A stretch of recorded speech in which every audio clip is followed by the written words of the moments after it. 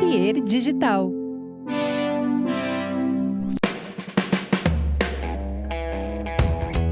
Olá pessoal, estamos aqui para mais um episódio do nosso podcast, o The BorbaCast. Hoje recebo Arthur de Faria, mais uma vez, né, participando, mas pela primeira vez aqui... No tete a tete. Exatamente, frente a frente, de frente com o podcast. Porque o Arthur participou várias vezes por internet, né? Inclusive... sofremos as agruras de conectar e arrumar o som e tal. E agora, então, a gente vai ter essa conversa aqui sobre música e sobre livros que falam sobre música. Que o Arthur está envolvido em vários projetos aí. Quem acompanha o trabalho do Arthur aí pelas redes sociais e pela imprensa, né? Tá sabendo de vários lançamentos, vários projetos, né, da história da música do Rio Grande do Sul, que já é uma enciclopédia e que está agora se transformando em livros, exato, né? Exato. Em livros separados. A gente vai falar das coisas que estão rolando, das últimas aventuras musicais também, né? Uhum. E eu trouxe também 2 livros aqui que não são do Arthur, mas que também, né, vão entrar nesse processo aqui. Um deles conversa. Eu quase meti meu dedo. Eu queria muito ter metido o dedo, mas não meti. Tu diz de trabalhar, assim, de fazer edição. Que eu já te dei o gancho, Mauro Borba. Do livro Vai do Vander. daí, Mauro Borba. Então, As Aventuras de um Punk Brega, do Vander Wildner, que o Arthur quase participou, mas eu não me ofereci participou. para fazer a revisão e aí o Vander já tinha um revisor, que era nada mais nada menos do que o Peninha, né? O Eduardo Bueno. E aí não teve saída. Não teve saída, até porque a antiguidade é posto. Eles são amigos há 20 anos antes de eu ser amigo. Eu sou amigo do Vander há 20, eles são amigos há uns 40. Sim, o Vander fala no livro, né, que numa carona de moto, inclusive, né, para o Peninha, eles conversaram sobre uma mudança. Acho que o Vander estava saindo da TVE e depois foi trabalhar em São Paulo, Rio, como iluminador, uma coisa assim. E aí ele cita essa... Eu também não sabia que eles tinham essa ligação, assim, né? Porque o Peninha, claro, trabalhou na TVE, isso eu sabia, né? Mas o Vander fez coisa nessa vida, né? Nossa Senhora! Eu sou muito fã do Vander, pessoa física e jurídica. Eu trabalhei com ele agora, desde que começou a pandemia a gente não fez mais nada, mas agora ele está retomando os shows e tal, mas trabalhei muito tempo com o Vander, toquei com ele de 2006 até 2016. E antes disso, muito, né? Assim, eu acho ele uma criatura admirável, assim. Eu aprendi muito com o Vander. E acho que ele um pouquinho comigo também, assim. E o livro é muito legal, né? O livro é... Nossa, ele escreve delícia. assim de peito aberto, né? Uhum. Sinceridade total. Né? E é muito bem narrado o livro, é muito bem construído e tem as histórias todas. Começa falando, né, da Europa, não me lembro, medieval e tal, de onde vem os Wildner, e uma tese toda. Eu adorei o livro, adorei. Eu colaborei no crowdfunding e depois li o livro. O Vander teve aqui no podcast, mas na época eu estava fazendo ainda em casa. Uhum. Foi antes de vir aqui para Cubo, né? A Cubo Play, onde a gente está agora gravando. E então eu gravei com ele de casa, ainda estava tentando entender como é que funcionava esse negócio de podcast, né? E ele estava na praia, não sei qual praia, mas ele estava morando na praia. Ele estava morando no Campeche. Campeche. De vista para o mar, de frente para o mar. E ele falou que eu caminho aqui na beira da praia e tal, mas não perguntei qual era a praia. E aí ele falou do livro e tal, mas na época eu não tinha ainda o livro, não tinha chegado, né? Depois que eu conversei com ele, aí teve o lançamento e aí eu adquiri o livro lá pelo site dele. Então eu trouxe o livro aqui para mostrar porque quando a gente conversou, não tinha ainda o manuscrito, né? E tu sabe se dá para comprar o livro ou só quem comprou no crowdfunding comprou e depois não? Não, ele vende no site. Ele vende no site. Tu entra lá no site, tem um lugar ali para tu fazer a compra e tu recebe em casa. E o Peninha tu já trouxe? Eu sou um ouvinte Cara, fiel o Peninha, do BorbaCast. O Peninha eu nem quero. Não, eu convidei o Peninha. Uhum. Quando eu comecei a fazer o podcast, eu convidei o Peninha. Uhum. E aí ele disse, podcast? Tu tá louco, Mauro Borba? O que tu quer com podcast, cara? Pra que gravar podcast? Não sei o quê. Depois, passou um tempo, eu vi ele gravando com todo mundo, né? Eu disse, então o problema é comigo, né, cara? Mas eu não falei... Denúncia. Mas eu não falei mais com ele, né? Às vezes me dá vontade de dizer assim, vem cá, tia, tu só não vai gravar o meu, é isso. O resto tudo tu vai gravar. Mas acho que vai acontecer, mas ainda não tive uma edição especial de 3 horas, né? 2, uma série. Hoje de manhã eu estava ouvindo ele na Rádio Gaúcha, falando sobre coisas do Tiradentes, né? Hoje é o dia de Tiradentes, né? E aí ele tava, sempre que eles precisam de alguém que fale de história, chamam o Peninha.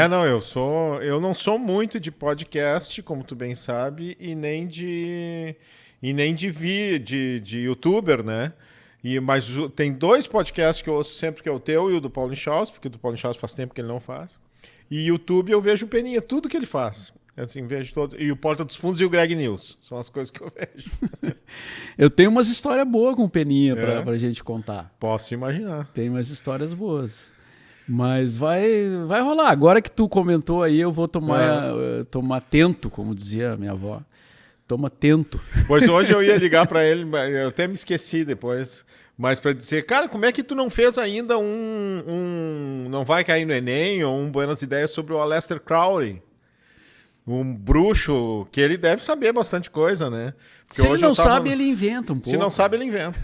Porque eu tava hoje vendo umas coisas assim, e só tem porcaria sobre o Aleister Crowley, só tem aqueles youtubers sensacionalistas de bruxo ou de Wicca, de não sei o quê. É difícil achar que era uma figura muito polêmica, né? Um cara que tem a música do Ozzy e o Raul Seixas cita também. O Raul Seixas e o Paulo Coelho. O Paulo Coelho foi discípulo da religião dele e tal. Até a única coisa legal que eu achei no YouTube era um trecho de um documentário sobre o Raul Seixas e o Paulo Coelho, onde eles falam desse envolvimento aí. O Paulo Coelho dizendo que é muito barra pesada e tal, que ele acabou saindo e todo mundo pagou seu preço pelo envolvimento que teve com isso.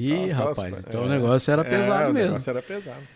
Tem umas lendas assim também, claro, como toda história desse tipo, né?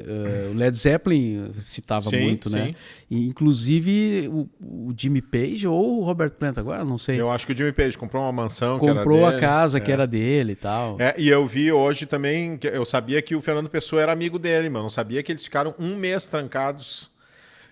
Um conversando com o outro, e que no final eles forjaram uma morte dele que um jornalista cobriu em 1930 para depois ele reaparecer na Alemanha como se ele tivesse ressuscitado e tal, não sei o que. Aquela coisa, né? Pode ser lenda, mas na dúvida publique-se a lenda, claro, né? Como diz o ditado. Mas o outro livro, Arthur, que eu queria comentar aqui antes de começar a falar nos teus, é esse livro do Nile Rodgers, que eu procurei, perguntei para várias pessoas amigas, assim, jornalistas que gostam de música e tal, se tinham lido, não achei ninguém. Que eu queria comentar com alguém que tivesse lido. Então, como eu sei que tu também não leu... Eu também não li. Eu vou falar um pouco aqui, a gente conversa um pouco sobre esse livro. Não li, mas gostei muito, Mauro Borba. Pois é, mas tu gosta dele, assim, como artista, assim, não? Eu nunca me aprofundei muito, mas é só ver, assim, o que ele fez com a Madonna, o que ele fez com o Chic, o que ele fez lá com o Daft Punk, e tu vê ele tocando com o David Bowie, ou seja, ele é bom de amigo. Ele sim. É bom de parceria. Não, e pelo livro, cara, dá pra ver, assim, que ele soube... Essas parcerias surgiram porque ele era muito bom mesmo. Os caras comentavam assim, tipo, esse cara... Cara, ele fez muita coisa. É só lendo o livro para saber tudo, assim. Mas, assim, os diálogos dele com o David Bowie, com a Madonna e com o Michael Jackson, e também com outras figuras, são inacreditáveis, assim, né? Que ele teve, ele conseguiu ele teve essa chance, assim, né? Que, claro, foi fruto do trabalho dele, né? Como músico, produtor, né? Ele acabou se transformando num produtor que todo mundo queria, né? O Bowie disse para ele assim, ó, eu quero fazer um disco que seja pop, que seja preciso de hit, preciso de sucesso. E, cara, eles fizeram o disco de maior sucesso do David Bowie, né? E eu sou Bowie maníaco, né? Assim, mas eu sou Bowie maníaco, mas eu não sou surdo. E é não só o disco de maior sucesso com o David Bowie, como é o único disco que presta que o David Bowie fez nos anos 80, porque o resto são umas bombas. A fase negra do Bowie. Não, mas eu acho que se a gente procurar bem... sabe que eu sou um conciliador, né? Tem músicas boas em vários discos. Sim, Love the Alien, né, dessa época e tal. Mas um disco inteiro, como eram os dos anos 60, 70, depois 90, 2000... Nos anos 80, não tem um disco inteiro do Bowie. E tu sabe como é que ele conheceu o Bowie? Ele, claro, obviamente ele sabia quem era o Bowie, né? E o Bowie sabia quem era ele, né? Mas ele conheceu o Bowie numa boate em Nova York, porque o Nile Rodgers era o rei das boates, né, cara? Ele ganhou muito dinheiro com o Chic, muito dinheiro. E ele se tornou o rei da noite de Nova York. Claro, teve um monte de problema por causa disso, né? Muita droga, muito sexo, muitas namoradas, né? E claro, teve os perrengues pela droga e tal. Mas ele estava numa boate, ele fazia um circuito de boates, assim. Ele ia numa, depois ia na outra. Ele vivia, né? E aí ele chegou numa boate lá em Nova York, tava o David Bowie, sozinho, numa mesinha, tomando suco de laranja. Olha só. O David Bowie já num processo de detox. De detox, E aí ele, não, vou ter que falar com o cara, né? E aí foi lá e aí rolou, né? A amizade. E aí já começaram a produzir o disco e se juntaram de uma maneira assim, né? Aí o Bowie morava, na verdade ele tinha uma casa na Suíça ou na França, tipo um castelo lá no interior da Europa, e ele ia para lá e o Bowie ia buscar ele no aeroporto para eles combinar os arranjos e as coisas. Então, cara, é uma delícia ler isso. Tem assim. Um documentário da gravação do Let's Dance, que daí tem muito, ele falando muito, porque... E aí os guitarristas do Let's Dance é ele e o... Ai, esqueci, o texano lá do chapéu super... de Steve Ray Vaughan. Steve Ray Vaughan. Que não pode ser mais diferente um do outro, né? E a combinação desses dois. E ele tem uma coisa que é muito rara em guitarrista que não é guitarrista solista, que é guitarrista de acompanhamento, que é assim, tu ouve e tu sabe que é ele tocando. O jeito de tocar, o timbre, de tocar, né? Não, e aí é que tá, ele não... Eu tinha um certo preconceito com ele e com o Chic, por causa do grande sucesso. As músicas do Chic acabaram virando aquelas, que nem o Village People, assim, né? Toca em casamento, às 4 da manhã, e meio carnaval pop, assim, né? Então eu tinha um pouco... E aí eu entendi também que isso atrapalhou eles, né? Porque houve uma campanha contra eles por causa disso, né? Principalmente dos roqueiros que estavam emergindo ali nos anos 80, que queriam tomar conta do cenário e tomaram, né? Mas aí depois eu fui ver que ele não era isso só, né? Que ele não era ele não era só um cara que botava a mão e fazia um hit. Cara, ele teve estrada, ele tocou pra caramba, ele tocou jazz, ele queria fazer uma banda de jazz. Então ele tocava num estúdio novinho, assim. Faziam lá, eles não sabiam direito ainda o que eles iam fazer. Era um monte de gente tocando. E aí tinha um cara que frequentava esse estúdio e que ensaiava lá, que era o Jimi Hendrix. Caralho. E aí tu vê que então ele vem de uma, sabe? E a infância... Vem de longe. Ele vem de longe. Cara, esse cara aqui, olha, eu vou te dizer, respeitei muito, assim. E a infância dele é inacreditável, né, cara? É inacreditável que esse cara passou, assim, a família problemática, Ele é de Nova York? Ele é de Nova York. E ele morou em tudo que é lugar, morou com a avó, morou com a tia, a mãe dele usava drogas, vendia droga. O pai dele era um cara que foi um cara que ensinou muito para ele de música, porque ele gostava de música, black music mesmo, né? De roots, assim. Mas acabou na sarjeta, literalmente na sarjeta. Acabou na rua, né? E ele, cara, ele fez de tudo, viu de tudo, né? E se transformou no rei do pop. Então, é fantástico, cara. Eu recomendo. Quem gosta de música... e os diálogos dele com a Madonna também... Tá, então já me empresta. Te empresto. Tá cheio de anotações aí. Os meus livros são tudo anotados também. Tu terminou? Porque tá aqui no... Não, isso aí é marcação para mim achar alguma coisa. Tá. Mas eu li todo ele, cara. Muito bem. A Madonna... Só pra gente encerrar... A diversão deles era andar de carro em Nova York. Eles ficavam andando de carro. E numa dessas a Madonna disse, Niall, tu me acha uma mulher atraente? E aí ele, pô! E aí ela disse, tá, mas até agora tu, né? Não disse ao que veio? Aí ele descreve a cena, claro, né? Madonna, olha só.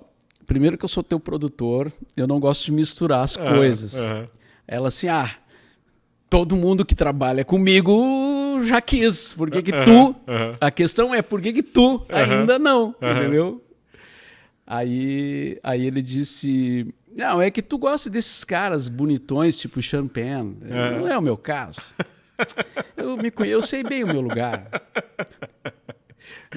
Nós somos amigos, e é isso que é legal, né? E realmente se tornaram grandes amigos. É que nem a história do Bowie. O Bowie na década de 70, e eu não sei se até 80, até ele casar com a Iman, porque quando ele casou com a Iman que ele virou... que ele entrou para monogamia. Mas ele tinha uma regra, trabalha comigo, transa comigo. Homens, mulheres e pequenos animais. Já estava no contrato. E ninguém dizia... E todo mundo... Eu li um monte de biografia do Bowie, né? E aí tem uma que é muito centrada nessa coisa sexual dele e tal.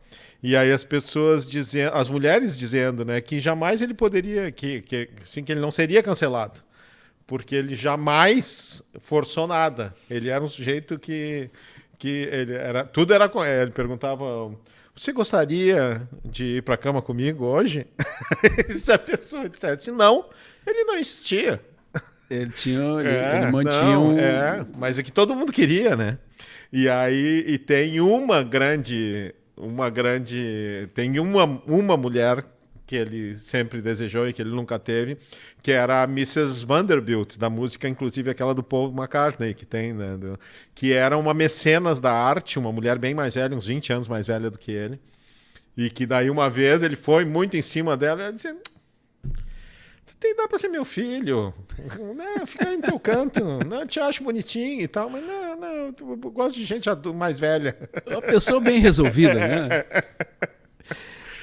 Essas histórias são incríveis, né? Mas olha, o livro do Nile Rodgers, se chama Le Fric, e tá aí nas boas internets, né? Nas boas casas do ramo. Mas vamos falar dos teus livros, Arthur. Pois então, crowdfund como o do Vander, é a primeira vez que eu faço, né? A vaquinha, era os bônus, né? Era os bônus, a gente que é velho, Mauro Borba, né? A gente sabe que a Dedé Ribeiro o Luciano Labarce e o Nelson Coelho de Castro inventaram os bônus. Sim, o Nelson foi o primeiro, né? E depois eu soube que o Nelson e a Dedé, na verdade, se inspiraram no Luciano, que o Luciano fez num livro dele, o Luciano Labarce, diretor. E daí o Nelson e a Dedé, vamos fazer do disco, e depois fizeram do disco do Ney também. O disco do Nelson foi o primeiro disco independente feito no Rio Grande do Sul, né? Do Nelson Coelho de Castro. Sim, eu comprei o bônus na época. Eu era muito criança ainda. E fui no lançamento, porque a gente tinha uma festa de lançamento, a gente receberia o disco, né? Sensacional. E aí eu foi no restaurante que a gente ia muito, ali na República, que era... Como é que era o nome daquele restaurante, cara? ele marcou época, assim, na Cidade Baixa ali nos anos 80. Nessa época eu era um adolescente gravataense ainda. Doce Vida? Doce Vida, teve um Doce Vida. Teve um Doce Vida? Então eu acho que era o Doce Vida, cara. Mas eu não vou afirmar com toda certeza.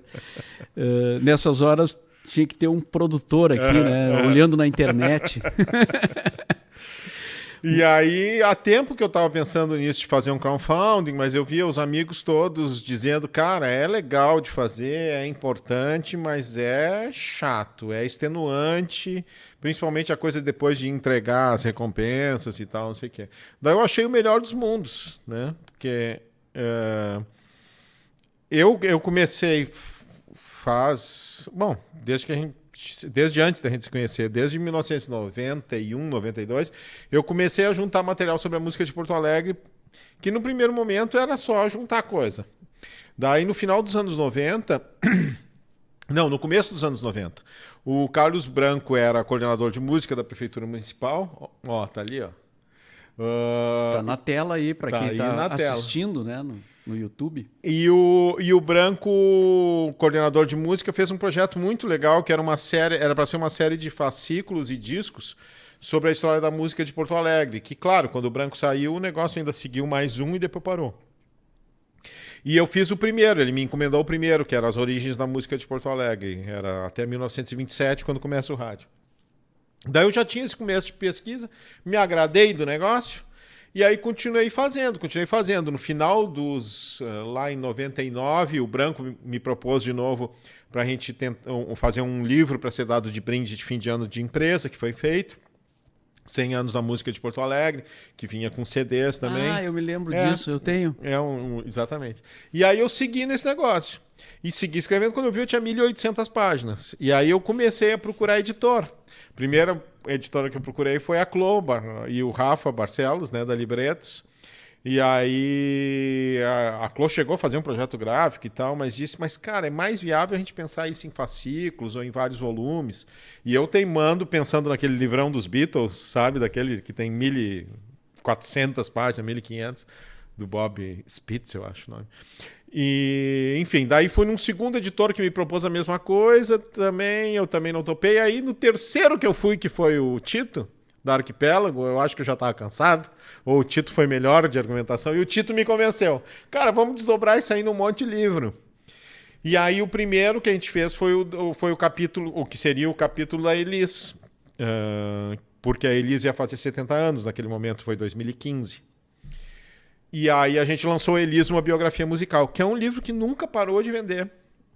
Ele está desde 2015 vendendo, agora inclusive vendendo e gerando matéria e tal.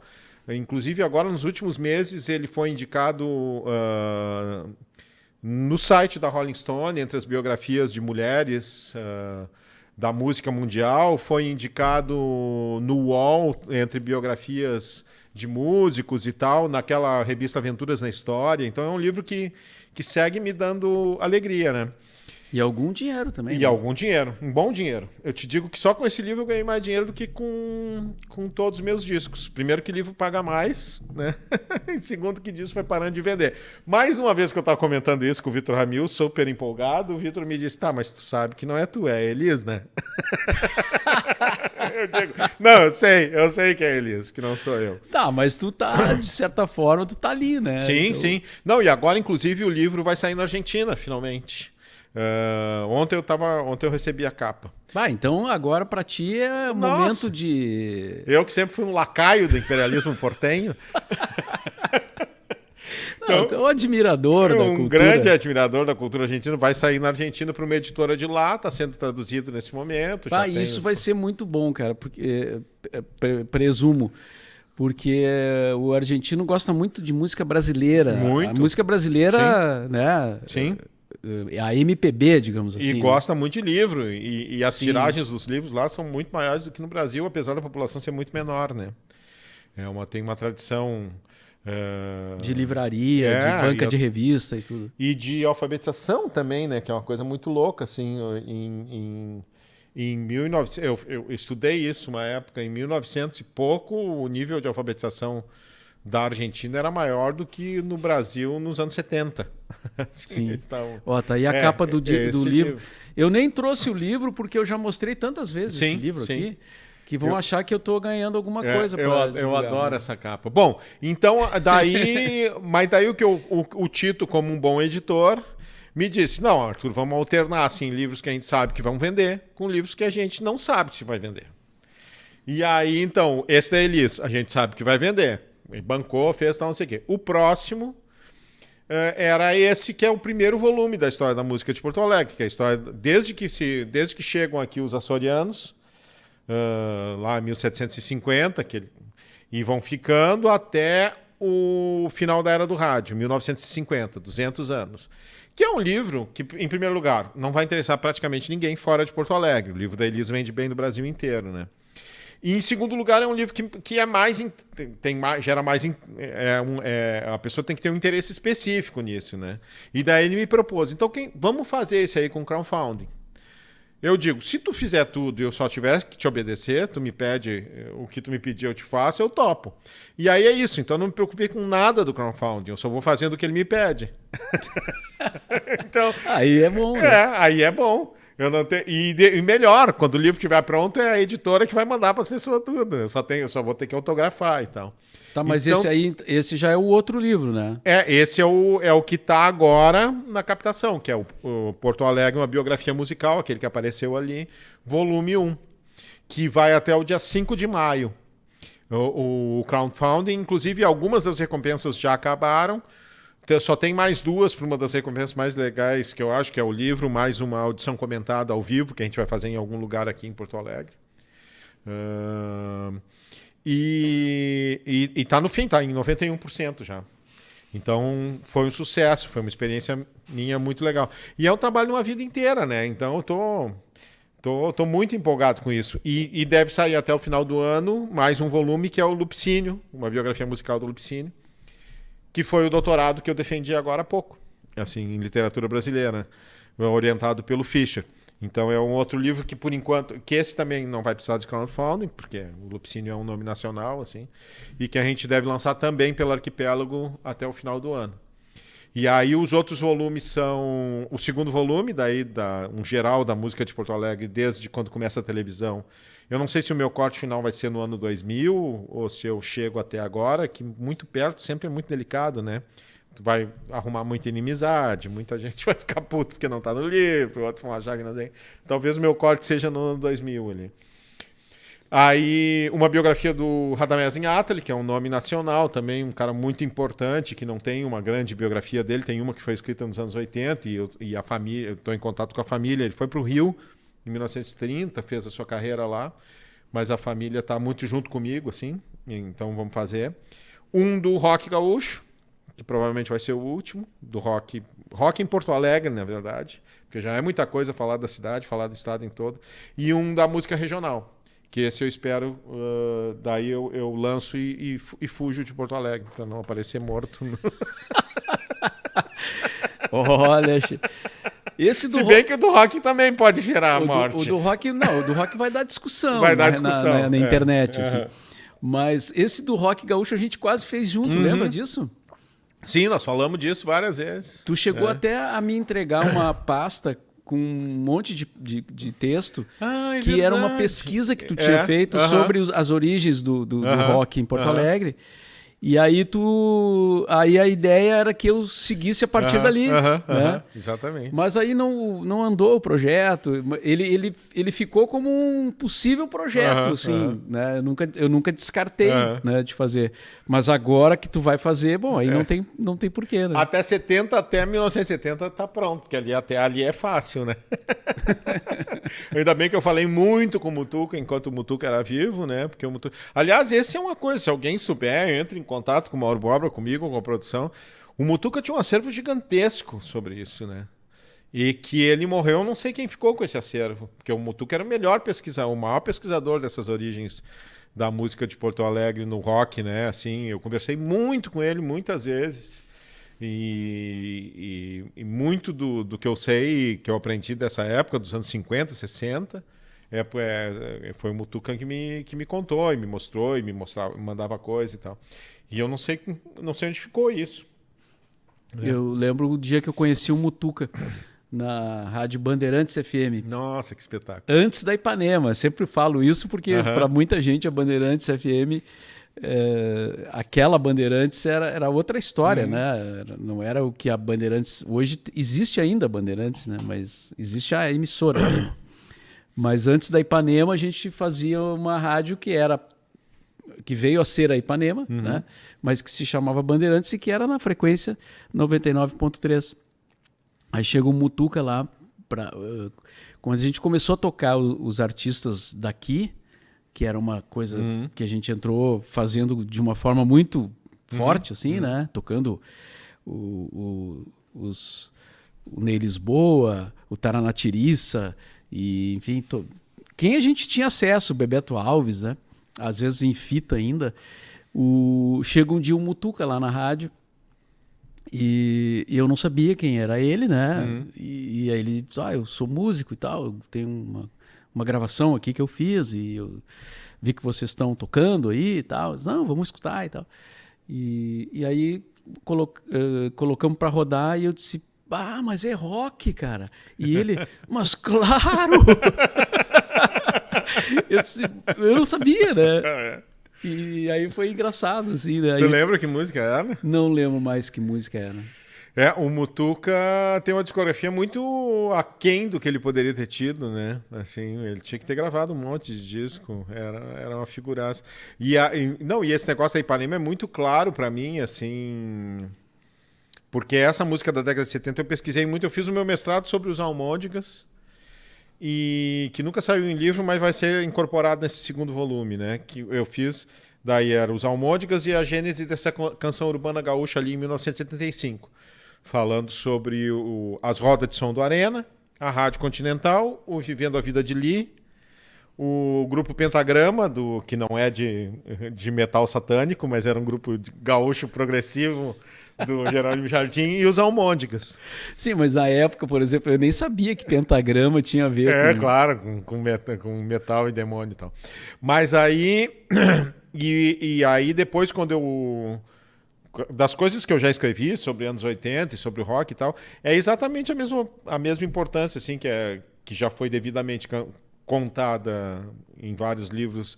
A importância da Continental para a música de Porto Alegre na década de 70 foi a importância da Bandeirantes Ipanema nos anos 80. Assim, é muito parecido. Assim. Se na Continental ainda não tinha nem estúdio, tinha pouquíssimos estúdios amadores, então as pessoas gravavam no estúdio da Continental. Na Ipanema já tinha mais, as pessoas já chegavam com a fitinha gravada. Chegavam com a fita. Mas era fundamental. E essa coisa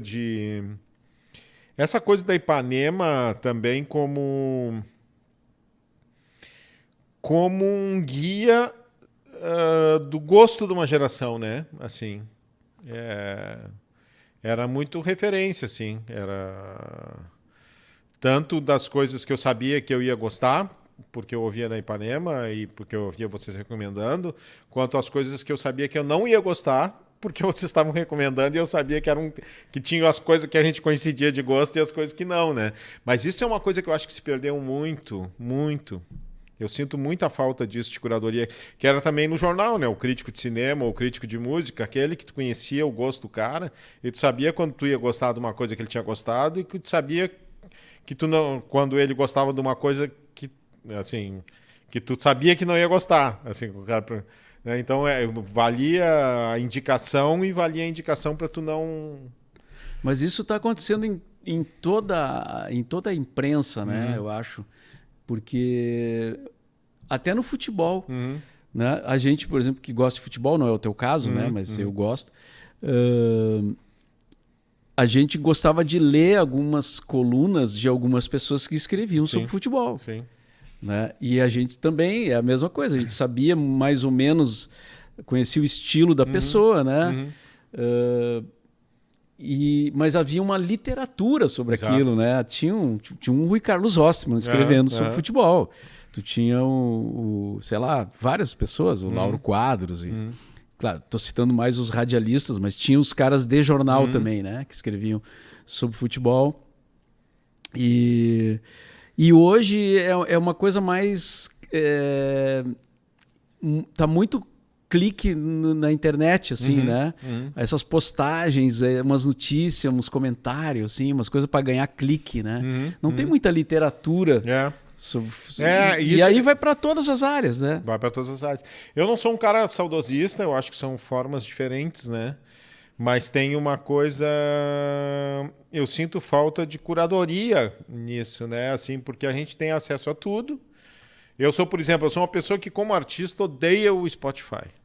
E como assinante do Spotify, adoro o Spotify. Porque é uma merda para os artistas, mas é sensacional para ouvinte de música, né? Então, mas eu nunca vou nas indicações, mas tu vai abrindo uma janelinha vai levando para outra, uma janelinha vai levando para outra. E hoje, com um clique, tu ouve qualquer coisa, né? Só que eu sinto justamente a falta da referência desses caras que a gente lia e que eu fico imaginando... Bom, hoje eu faço isso com um livro, deve fazer a mesma coisa, né? Tu pega um livro sobre música, por exemplo, eu vou pegar esse livro do Nylon Roger, cada coisa que ele falar, eu vou ali, vou clicar, vou ouvir. Que é muito fácil. Aliás, o livro da Elis, o Elis, uma biografia musical, tem 2 playlists que eu fiz no próprio Spotify. Uma delas tem todas as músicas citadas no livro na ordem que elas aparecem. E uma outra, que se chama Elis, uma biografia musical, que é uma insanidade, é de muitas horas. E uma outra que é Elis, uma introdução, que daí é para quem... o que o cara ouve ali e tal, ouviu tudo que é de importante da Elis, está ali resumido e tal. Mas esse hábito que hoje é muito mais fácil, e que para crítica de jornal, tudo... E eu vejo que, por exemplo, na Argentina, isso ainda é importante. A crítica os grandes críticos de música argentinos que eu acompanho da minha geração e mais jovens e tal, eles ainda seguem sendo referência, né? Ainda ontem estava lendo uma crítica do Abel Pintos, que é um cara bem cabeção, assim, que odiou esse disco novo do Fito Paz, que ele fez, um disco instrumental todo de orquestra e tal, inspirado na obra do Roberto Art. E primeiro que é uma crítica de que se fosse numa folha de papel seriam muitas páginas. Em segundo, que o cara aprofunda o negócio. E terceiro, que daí tu fica lendo e ouvindo, né? Daí eu fui lá ouvir de novo, lendo que ele... E essa é uma coisa que eu sinto, nossa, muita falta, assim, de um comentário que te guie mesmo, porque tanta coisa, né? Eu acho que hoje se lança por dia... o que 30 anos atrás se lançava em um mês, né? É uma coisa insana. E no caso, por exemplo, tu é um cara interessado em música, né? E já tem as tuas referências e tal. Agora, a gurizada hoje, né? Quem não tem esse interesse tão forte assim pela música, acaba não se interessando porque tem muita coisa, mas ele não sabe por onde começar. Exatamente. E daí acontece essa coisa do domínio do sertanejo no Brasil, que é uma coisa que nunca aconteceu antes com gênero nenhum, né? Que tu pega, já faz uns 4, 5 anos, das 20 músicas mais tocadas no Brasil, 18 são sertanejo, né? E é um negócio imposto à força da grana, né? As pessoas, e não é pelo fato de que é o único gênero musical que eu odeio. Não tem nenhum assim que tu goste um pouquinho de sertanejo, desses gritão, não, parei no Chitãozinho e Chororó, ali ainda tem umas coisas que eu gosto, mas depois deles, nossa tu vê, o Chitãozinho e Chororó já é roots. Porque ali ainda tem uma coisa de raiz, né? Depois dessa coisa gritona. E eu não tenho nenhum problema com funk, por exemplo, que eu vejo muito músico, muita gente, principalmente da nossa geração, odiar. Eu me divirto e acho musicalmente muito interessante. Eu comento... Um cara com quem eu converso muito e que eu troco muita informação musical é o Fred Chernobyl, né? O Fred da comunidade.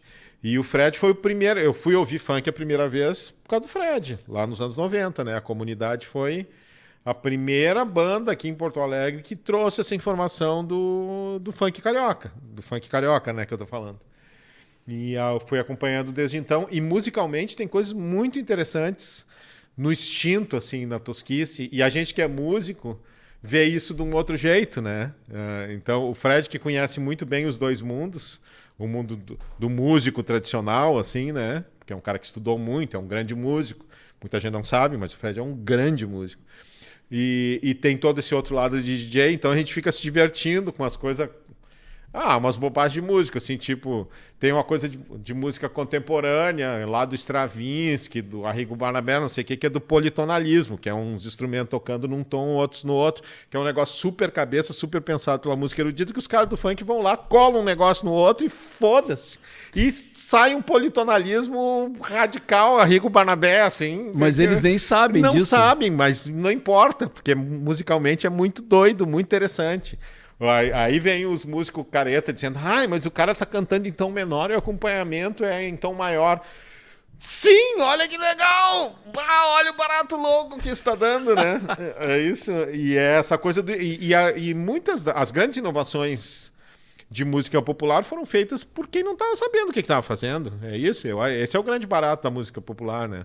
O cara pega um negócio de ouvido, pega o outro, não entendeu direito, vai tentar reproduzir, faz meio esquisito e aí já vira uma outra coisa. Claro que tem os caras... Daí tem a Bossa Nova, que tem um Tom Jobim que estudou pra caramba, com um monte de professor bom, mas como regra geral é no instinto, né?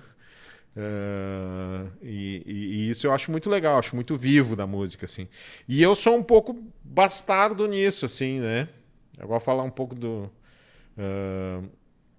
falar de uns negócios de música que eu tô fazendo, assim, porque eu tenho uma formação que foi uma formação de música erudita, porque eu estudei desde garoto, desde 12 anos de idade, na escola de música da OSPA, da Orquestra Sinfônica de Porto Alegre, então eu tive uma formação que é essa de música erudita. Não foi uma formação de jazz, nem de MPB, assim. Eu estudei desde pequenininho isso. Contraponto, fuga, essas coisas.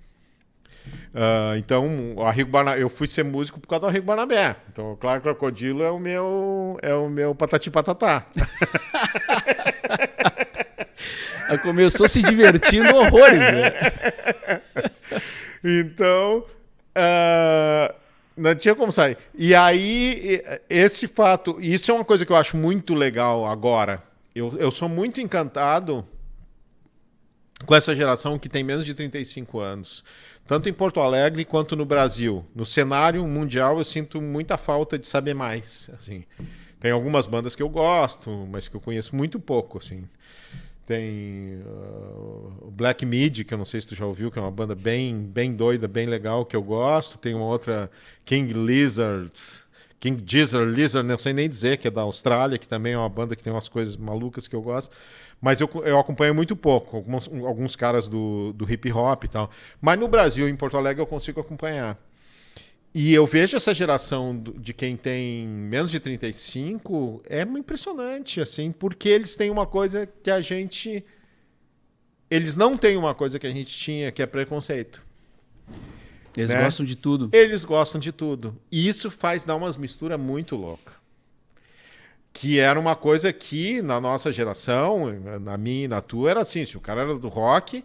O cara não gostava muito de MPB. Se o cara era da MPB, o cara não gostava muito do rock e ninguém gostava dos Gaudério. Só os Gaudério gostavam dos Gaudério. MPB, os roqueiros até gostavam, né? Mas gostavam do Zé Ramalho. O Zé Ramalho.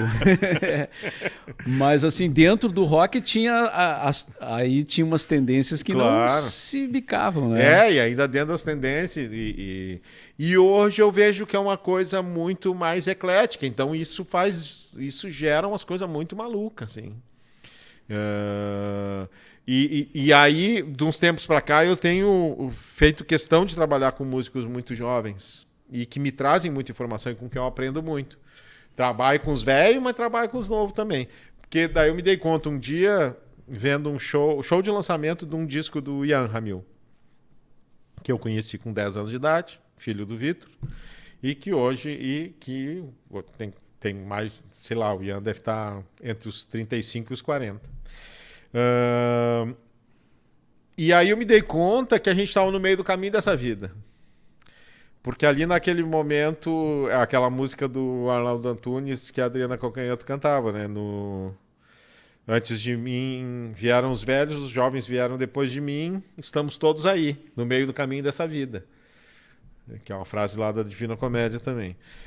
Então, tu tá ali no meio do caminho da vida e tu tem essa oportunidade rara de trabalhar com pessoas que têm idade para ser teu pai e têm idade para ser teu filho. Isso não vai acontecer, isso não podia acontecer 15 anos atrás comigo, nem provavelmente vai poder acontecer daqui a 15 anos.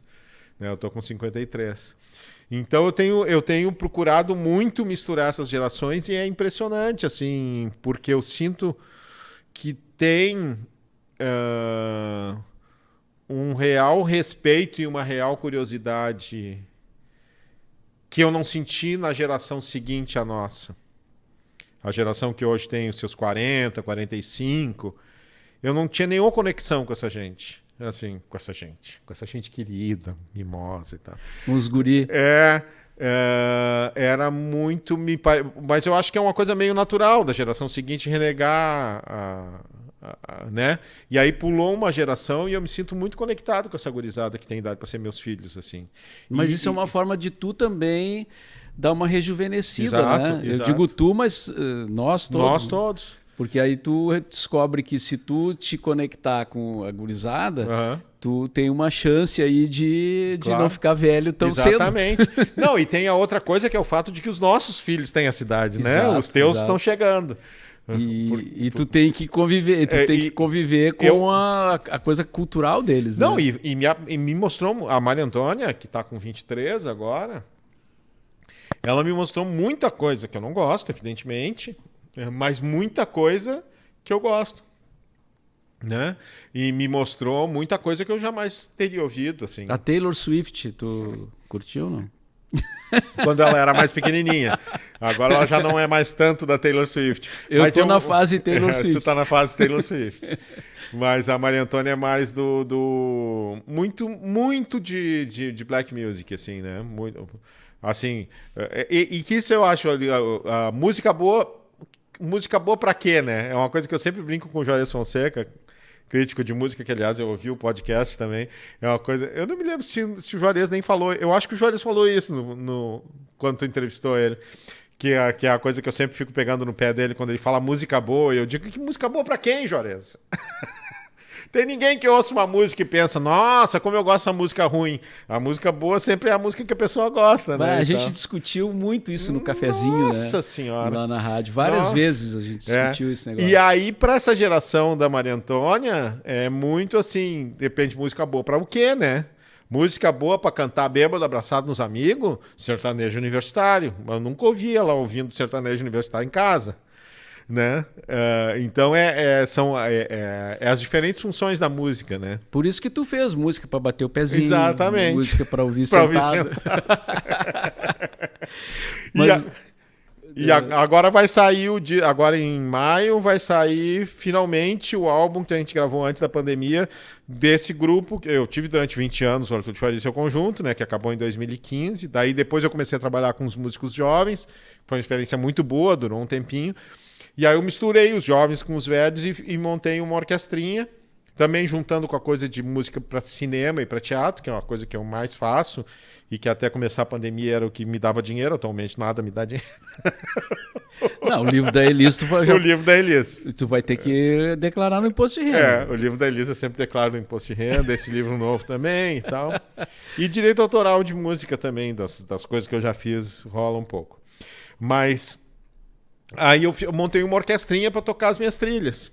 E nessa orquestrinha, 5 dos músicos têm menos de 35 anos. E a outra metade, e não foi de propósito, tem de 53, que é a minha idade, para mais. Então isso tem sido uma convivência muito rica. E a gente gravou o disco lá naquele estúdio inacreditável da Audioporto, né? Que é uma coisa inacreditável, um dos melhores estúdios da América Latina. Eu conheci há pouco tempo. É um negócio de sonho, assim. E pelo selo da Audioporto. Então a gente já lançou 2 EPs. A banda se chama Tum Toin Foin. É Tum da percussão, Toin das cordas e Foin dos sopros. A gente já lançou o primeiro EP, que se chamava Tum. O segundo, que se chamava Tum Toin, que é para ir crescendo o nível de dificuldade. E agora vai sair dia 13 de maio o Tum Toin Foin. O disco cheio, não se diz mais disco, né? O álbum cheio, que vai para as redes. para as plataformas. E aí, dia 26, a gente faz o show de lançamento no Teatro da Santa Casa, do Centro Cultural da Santa Casa. E espero que todo mundo vá lá e tal. A gente acabou de confirmar, vamos conseguir ter o Oswaldo Perrenot Laluz, que é o nosso velho amigo, né? O Oswaldo dá uma baita entrevista também. O Oswaldo agora está radicado em Milão, dando aula de luz e de cor lá na Itália. Ou seja, ele não foi para aprender, ele foi para ensinar. Mas aí conseguimos um buraco na agenda dele entre Nova York e Milão, ele vai fazer a luz do show. Pô, legal. E a banda lá toda e tal. E também em maio, tá aí o primeiro, o Tum, para quem tá vendo, né, no vídeo. Esse foi o primeiro EP. E aí em maio também, com essas coisas malucas da vida, eu escrevi um concerto para trombone e orquestra, que a OSPA, lá da Escola de Música da OSPA, onde eu estudei, imagina a minha alegria, vai tocar. Dia 13 de maio, se eu não me engano. Então essas coisas de música, elas foram me levando para coisas muito diferentes, muito assim, porque eu sempre me interessei muito por tudo, né? Assim, em música. E nisso eu me sentia meio solitário na minha geração, porque era muito de gueto. E aí eu me sinto muito identificado com essa gurizada nova, porque os caras gostam de tudo. E eu gosto de tudo menos de sertanejo universitário e de Iron Maiden. Tu gosta de tudo, mas de tudo tu tira alguma coisa. Claro, Não, sabe que eu demorei muito para me dar conta o que tinha em comum o Iron Maiden, o AC/DC e o sertanejo universitário que me faziam detestar igualmente ambas as coisas. Lá vem ele comprar briga. É que eu não gosto que gritem comigo, Mauro Borba. Então esse negócio de cantar assim, eu dou tanto do sertanejo quanto desses hard rock, aquilo me irrita, porque uma coisa é o Tom Waits gritando, que é uma coisa desesperada, né? Uma coisa angustiada e tal. Os cantores ou o Kurt Cobain gritando, que é um negócio desesperado. Outra coisa é o cara que quer te ganhar no grito. Não me ganha. Mas eles têm umas baladas também. Tem, mas os Galdério também, que cantam gritando também. O próprio Iron Maiden tem umas 2, 3 baladinhas, assim. Deve ter. Bom, mas não vamos entrar nessa briga, se bem que é uma briga boa, viu? É uma briga boa. É uma briga legal de ter, assim. Mas aí a gente pode criar umas discussões aí sobre... Mas eu queria que tu falasse um pouco sobre o Lupicínio também, porque tu fez o meu doutorado. O doutorado, que agora tu é doutor, né, cara? Agora eu sou doutor. Vamos respeitar, né, tia? É tu e a Fecris agora, né? Doutor, mas a Fecris é doutora naquelas coisas que a gente não sabe nem dizer o título. Sim. Do trabalho. Eu sou doutor em Lupicínio. É um negócio muito mais simples. É doutor em quê? Doutor em Lupicínio Rodrigues. Pronto, sim, mas é doutor, né, cara? Tá. O importante é que tá lá. Agora, eu fiz um mestrado, já faz alguns anos que eu terminei, eu não descansei ainda, cara, do mestrado. Então, não sei se eu vou chegar nesse nível aí.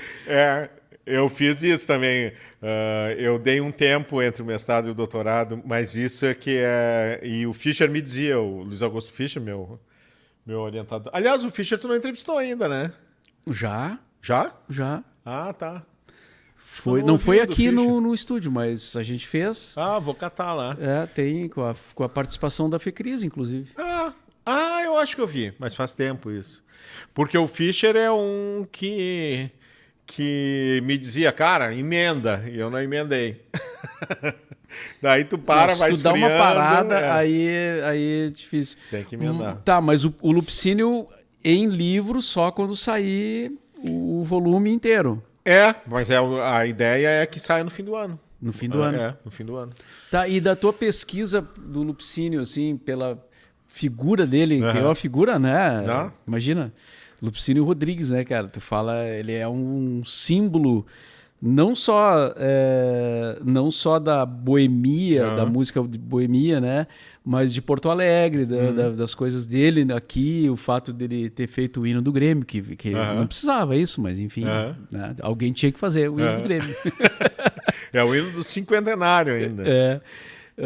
O que tu descobriu, assim, do Lupicínio que tu te surpreendeu, assim? Cara, é muito... a coisa mais legal de fazer, assim, foi tentar reconstituir esse mundo do que era ser negro em Porto Alegre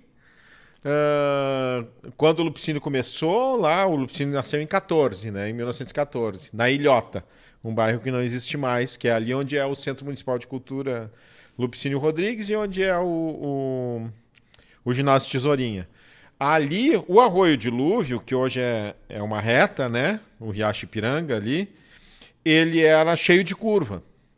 E em 1904, 1905, eles deram uma canalizada no Arroio Cascatinha, e aí juntou o Cascatinha com o dilúvio e criou uma ilha ali no meio. E essa ilha era a Ilhota, que era suficientemente insalubre, porque alagava, para que as pessoas de classe média alta não quisessem morar ali, mas suficientemente perto do centro para que as pessoas de classe média baixa e algumas pessoas pobres quisessem morar ali porque estavam bem perto do trabalho. Sim. E ali a família do Lupicínio se criou e tal. E ali a imensa maioria da população era negra, e do lado da Cidade Baixa. Então era um núcleo de cultura negra e boêmia ali muito forte, assim como o atual bairro Auxiliadora, que era a colônia africana, que foi fundada logo depois da abolição.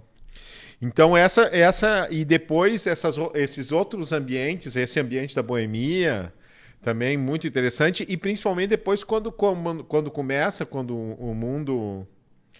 o mundo inteiro muda nos anos 60, e o Brasil e Porto Alegre também, e esses caras, de repente, eles ficam muito ultrapassados. E o Lupicínio morreu com 59 anos de idade, dizendo que era um velhinho. Ele dizia que ele era... ele era um velhinho. Quando ele fez 40 anos, ele fez uma música com o Rubens Santos, dizendo: eu já fiz 40 anos, então já tô velho, tô acabado e tal, não sei o quê. Mas isso era uma coisa também da época. Da geração deles, total. Né? E muito a geração deles. A geração, logo em seguida, já quebrou com isso, que é a geração do Caetano, do Chico e tal, né? A geração que nasceu 20 anos depois. E se tu pegar, por exemplo, o Teixeirinha morreu com quase a idade do Lupicínio, 10 anos depois do Lupicínio, e já ninguém dizia que era um velhinho. Já tinha já tinha dado essa virada. O cara morria... A fase. O Lupicínio morreu em 74, o Teixeirinha morreu em 84. Então é muito doido como isso mudou muito. E esses caras, de repente, porque daí veio a Bossa Nova, aí veio a Tropicália, aí veio o a Jovem Guarda e tal. Essa música da década de 70, e esses caras foram completamente esquecidos. A geração toda do Lupicínio. Tirando o Ari Barroso e o Caymmi, que foram incorporados. E aí ele começou a ser redescoberto no começo da década de 70. Só que ele morreu em 74. Ele mal viu isso acontecer. Mas ele vivia de música, assim? Ele fazia show, não, se apresentava em algum lugar? Ele tinha vários... Primeiro que ele era... O Lupicínio não era malandro porque ele era funcionário, né? Então ele tinha... a única malandragem dele tinha sido se aposentar com 30 e poucos anos de idade por uma tuberculose que nunca mais apareceu a não ser no atestado da aposentadoria. Ele se aposentou. Ele era bedel, que era meio porteiro da Faculdade de Direito. E aí se aposentou por isso. Depois ele começou a trabalhar na SBACEN, na Sociedade de Direito Autoral, e ele foi diretor da SBACEN até morrer. Então ele tinha esse emprego de diretor e era um cara que batalhou muito pelo direito autoral, né? E além disso ele teve muitas casas noturnas. Então ele ganhava dinheiro de direito autoral, ele ganhava aposentadoria, ele ganhava o salário de chefe da SBACEN e ainda ganhava... As casas noturnas, as primeiras, ele só perdia dinheiro porque os amigos tudo comiam e bebiam e não pagavam. Mas depois, quando ele começou a fazer as casas junto com o Rubens Santos, que era um amigo dele, o Rubens eu conheci bem, né? Um cantor do Rio que veio para Porto Alegre nos anos 40 e foi um dos melhores amigos do Lupicínio. Aí o Rubens organizava um negócio. Mas tem uma coisa muito louca da moral de época, assim, né? Eu entrevistei... O Lupicínio tinha 2 famílias, que era uma coisa da época, né? Tinha a família oficial e tinha outra família. Assim, foram as famílias sabiam? Assim. A mulher oficial fingia que não sabia, mas todo mundo sabia, né? Eu fiz uma grande entrevista com a Ana Lu, a filha dele, da outra família, e que é uma figura incrível, assim, uma figuraça. E tinha também essa coisa dele do Grêmio também, é muito doida, porque o O Internacional começou a admitir jogador negro, eu acho que nos anos 20 já, ou talvez nos anos 30. E o Grêmio, não, né? O Grêmio, quando o Lupicínio fez o hino, o Grêmio não tinha nenhum jogador negro, não podia. E aí, por isso logo... que eu te digo que o Internacional é o clube do povo. Exatamente. E eu sempre te respondo. A única... Agora eu tive que aprender um pouco sobre futebol, tive que ler um monte de livro, inclusive tu deve ter lido os livros do Jones, que tem um livro sobre o Tesourinha, não, um livro sobre o Tarcísio. Não, sobre o Tarcísio eu não li. Mas eu lembro quando tu estava pesquisando que tu me fez umas perguntas sobre isso. Eu digo, agora tá interessado em futebol? Tive que aprender futebol, cara. Tive que aprender um monte de coisa de futebol. Mas isso é muito doido, porque assim, quais eram os negros conhecidos de Porto Alegre, bom, nos anos 50 e até bem pouco tempo atrás. O Lupicínio e o Tesourinha. O Tesourinha é jogador de futebol, foi o primeiro jogador a integrar a seleção brasileira que não era nem do Rio nem de São Paulo. E os dois saídos da Ilhota. E os dois jogaram nos mesmos times de bairro da Ilhota. O Lupicínio era mais velho que o Tesourinha e tal. Mas a coisa que eu ia dizer, a coisa curiosa assim, é que daí, quando o Grêmio mudou o estatuto para aceitar jogadores negros, que foi já nos anos 50, na semana seguinte teve uma debandada de sócios do Grêmio e com um pedido no jornal dizendo que era um absurdo, que eles não concordavam com isso e tal, não sei o que. E qual é o primeiro jogador negro que o Grêmio contrata? O Tesourinha. O Tesourinha. Agora tu estava falando, eu pensando, né, que o Inter surge ali perto da Redenção, né, na João Pessoa, né, onde depois veio a ser a João Pessoa. A primeira sede, a primeira reunião e tal. E o Grêmio era mais lá do Parcão, né? Da região mais para lá. E o Tesourinha, o Lupicínio era bem perto ali. A Ilhota era ali, logo adiante, né? Uhum. E ele se tornou gremista. Né? Mas daí ele explica, isso foi uma das coisas que eu investiguei e tal, não sei o quê. Porque quando formaram as primeiras ligas de futebol em Porto Alegre, ainda nos anos 10, o pai do Lupicínio era um figuraça, assim, o pai do Lupicínio fazia teatro negro, era um sujeito que tinha estudo e ligado ao carnaval e ligado ao futebol. E ele fundou um dos primeiros times de futebol, que era um time lá da Ilhota, que agora eu vou me esquecer o nome, talvez fosse Rio Grandense, uma coisa assim. E daí quando foram fazer a primeira liga de futebol de Porto Alegre, o Internacional, que já existia, foi contra a entrada do time dos negros na liga. Então era por isso que o Lupicínio era gremista. Por causa do que tinham feito com o pai dele. E daí logo em seguida mudou essa orientação, né, do Internacional. Mas naquele momento foi muito traumático para ele. Ele era uma criança pequena, ele tinha 4, 5 anos quando isso aconteceu. Então o Inter também tem a sua culpa. Também tem sua culpa. No cartório. Também tem sua culpa no cartório. Pô, isso aí vai então sair mais adiante dentro dessa... Mas tu vai seguir lançando os livros por temas, então? Vou seguir lançando os livros por tema. Tem 2 que são gerais de tempo, que é esse volume 1, que é o do crowdfunding, porque daí eu dou um geralzão, né? E tem um monte de história incrível, assim, desses... Principalmente no começo do século XX de Porto Alegre, tem histórias incríveis. Era uma cidade, Porto Alegre, nos anos 10, 20, era uma cidade muito incrível, assim, muito. E há 100 anos atrás. E o outro que daí vai ser um geralzão, que vai pegar dos anos 60 em diante. Mas e aí os específicos é o da Eliso, do Lupicínio, do Radamés Inátali, o da música regional e o do rock. E como é que tu vai fazer para se referir aos anos 80? Porque tu é um crítico contumaz das coisas dos anos 80. Eu tenho um amigo que diz, eu não sei se eu gosto da música dos anos 80, tem tanto reverb que eu não sei como é que é a música. A piada é boa. A piada é boa. Não, mas tu te refere assim aos ícones pop, né?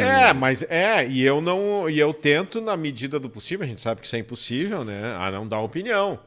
Assim, tem artistas que eu não gosto de jeito nenhum, como por exemplo o Teixeirinha, e que não diminui em nada a importância do Teixeirinha, não faz a menor diferença para ele eu gostar ou não dele. Eu vou ter que me dedicar muito, ele vai ter um capítulo muito grande contando exatamente toda a sua grandeza e sua importância, independente do fato de eu gostar ou não dele. Isso não tem nada a ver. Pô, isso aí é uma atitude nobre da tua parte. Na verdade, é um mínimo de vergonha na cara, né, que a pessoa tem que ter. Do biógrafo? Então é muito doido. Eu tenho uns amigos, assim, que eu não vou dizer nomes, inclusive, que fizeram livros sobre pessoas que eles detestam. Ah, é? Mas que já não gostavam muito da pessoa, começaram a pesquisar, aí foram fazendo, terminaram gostando menos ainda, mas fizeram o livro e tal. Mas aí fizeram por interesse jornalístico? Fizeram, porque são umas puta história, porque às vezes tu vai ver as pessoas de perto, né? Sempre tem esse risco, né? Sempre tem esse risco. Então temos aí literatura sobre música, sobre a cidade de Porto Alegre. E tem muito isso, assim, porque como é que eu penso? Eu tenho essas três coisas, assim, quer dizer, eu tinha essas duas coisas, né? Desde sempre a coisa de ser músico e a coisa de ter tido formação em jornalismo. Então, assim, eu tento falar de música do nível mais, com a maior profundidade possível que possa ser entendido por todo mundo. E aí depois eu fui fazer mestrado, doutorado, e aí veio a coisa do rigor da pesquisa, do pesquisador. Então é um inferno. O problema é empírico. Então o que começa a acontecer, o que sempre acontece é assim, fica daí o jornalista dentro de mim, entrevistando o músico e o pesquisador e fazendo eles falar de uma... Não, tem que ser mais simples isso aqui, tem que ser mais simples, tem que ser mais... Até de um jeito que todo mundo, a maior parte das pessoas possa entender, né? A última redação que eu faço das coisas sempre é em voz alta. Eu falo em voz alta para que fique sempre parecendo que eu estou conversando e que seja uma coisa que todo mundo possa entender. Por outro lado, eu me ressinto muito, assim, quando eu leio livros sobre biografias de músicos e tal, que falam muito pouco de música. Porque tem muito pouca gente que escreve sobre música que tem formação musical. O Zusa Mendimelo era o cara que eu mais gostava. Inclusive, o Zusa me ajudou muito no Lupicínio. A gente estava falando quase todo dia quando ele morreu. Que ele tinha muito material sobre o Lupicínio e muito generoso. E o Zuz era músico formado em Nova York. E jornalista, e radialista, e pesquisador. Isso é raro, né? Isso é muito raro. Porque músico, quando vai escrever, geralmente é chato. Assim, né? Os caras vão escrever coisa acadêmica e tal, não sei o quê, e escrevem em musiquês, que as pessoas não entendem. E às vezes, não que eu acho que o cara que escreve sobre música tem que ser músico, assim como eu não acho que o cara que escreve sobre arquitetura tem que ser arquiteto, mas às vezes eu sinto falta. Por exemplo, dessas biografias, o Bowie, que eu te falei, que eu li muitas biografias, tem umas que não falam nada de música. Tem uma, inclusive, que é bem interessante justamente porque não fala nada de música, que fala de sexo, drogas e não fala de rock and roll, né? Mas eu sinto falta, porque quando tu pega um cara como o Bowie, por exemplo, que tem café no bule, assim, que é um cara... Porque tu pega um cara pop, não é que seja melhor ou pior, né? Eu não tenho mesmo esse preconceito. Um dos caras que eu mais amo, o Lupicínio, por exemplo, não tocava instrumento nenhum, tudo que ele fazia era empírico, era no instinto e era um gênio, um dos maiores compositores que o Brasil já teve. E ele fazia as músicas também. Ele fazia muito, a imensa maioria das músicas dele é letra e música dele. E umas puta melodia, cara. Isso é um negócio que eu analiso muito, assim, como é genial isso. E como elas ficam meio sem a forma quadrada das canções, porque ele não tocava se acompanhando no instrumento, ele não compunha se acompanhando no instrumento, que sempre tende a deixar a coisa mais enquadradinha. Então ele tem umas músicas com umas formas malucas, assim, que não tem refrão. Ele fazia e depois dizia, agora toquem. Exatamente. Que é um pouco também, se tu for pegar um paralelo muito absurdo, mas o Renato Russo fazia muita música assim também. O Lamartine Babo, que fazia as marchinhas de carnaval, também faz assim. Os caras que o Renato tocava instrumento, mas ele também compunha música sem tocar na cabeça, né? E aí as músicas vão pegando umas formas malucas, assim, né? Que não tem... Renato Russo é anos 80, hein? Isso é uma brincadeira que a gente faz, porque o Arthur acha que os anos 80 não teve muita coisa, né? Até teve, mas é o pior de muita gente.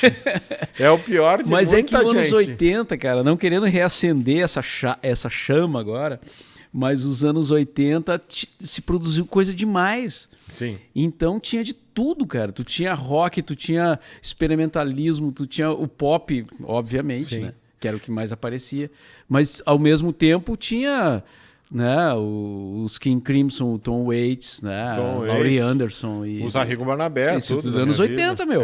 Eu sei. Isso aí é a parte cabeça dos anos 80. Não, e mesmo tem bandas que o The Cure fez um monte de coisa muito louca, muito legal nos anos 80 e tal. Tu ainda vai chegar nos Smiths, cara. Não, essa é a nossa grande... Sabia que ter falado dos Smiths. Puta que... Os Smiths eu não aguento, cara. Aquele lugar que... Não, mas a gente aquela sensação de sair de lugar nenhum e ir pra lugar nenhum. Não, mas agora a gente vai sair daqui, tu vai tomar um meio cálice desse aqui de vinho. Tá. E eu vou te mostrar 2 discos dos Smiths. Tá bom. E tá aí bom. tu vai mudar. Tá bom. Não, brincadeira.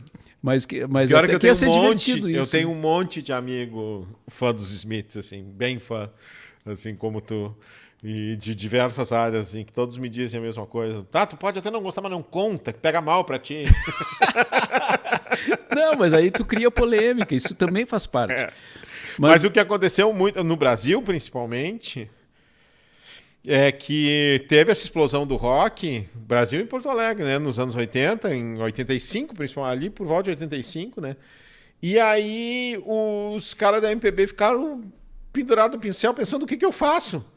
E aí fizeram seus piores discos, né? Porque ficaram tentando competir com os caras do rock.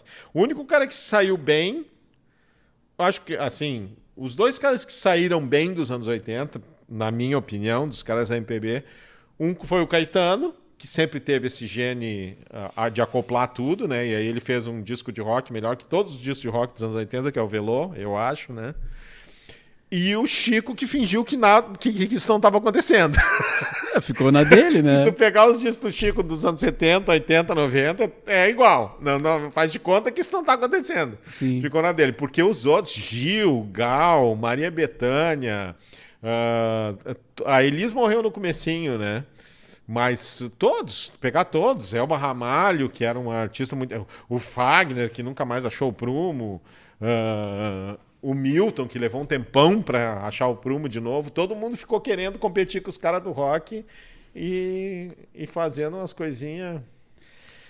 Bom, ruim. Mas isso aí não termina esse assunto, não né? Termina. Ainda bem, né? Porque a gente Ainda gosta de estar sempre falando nisso.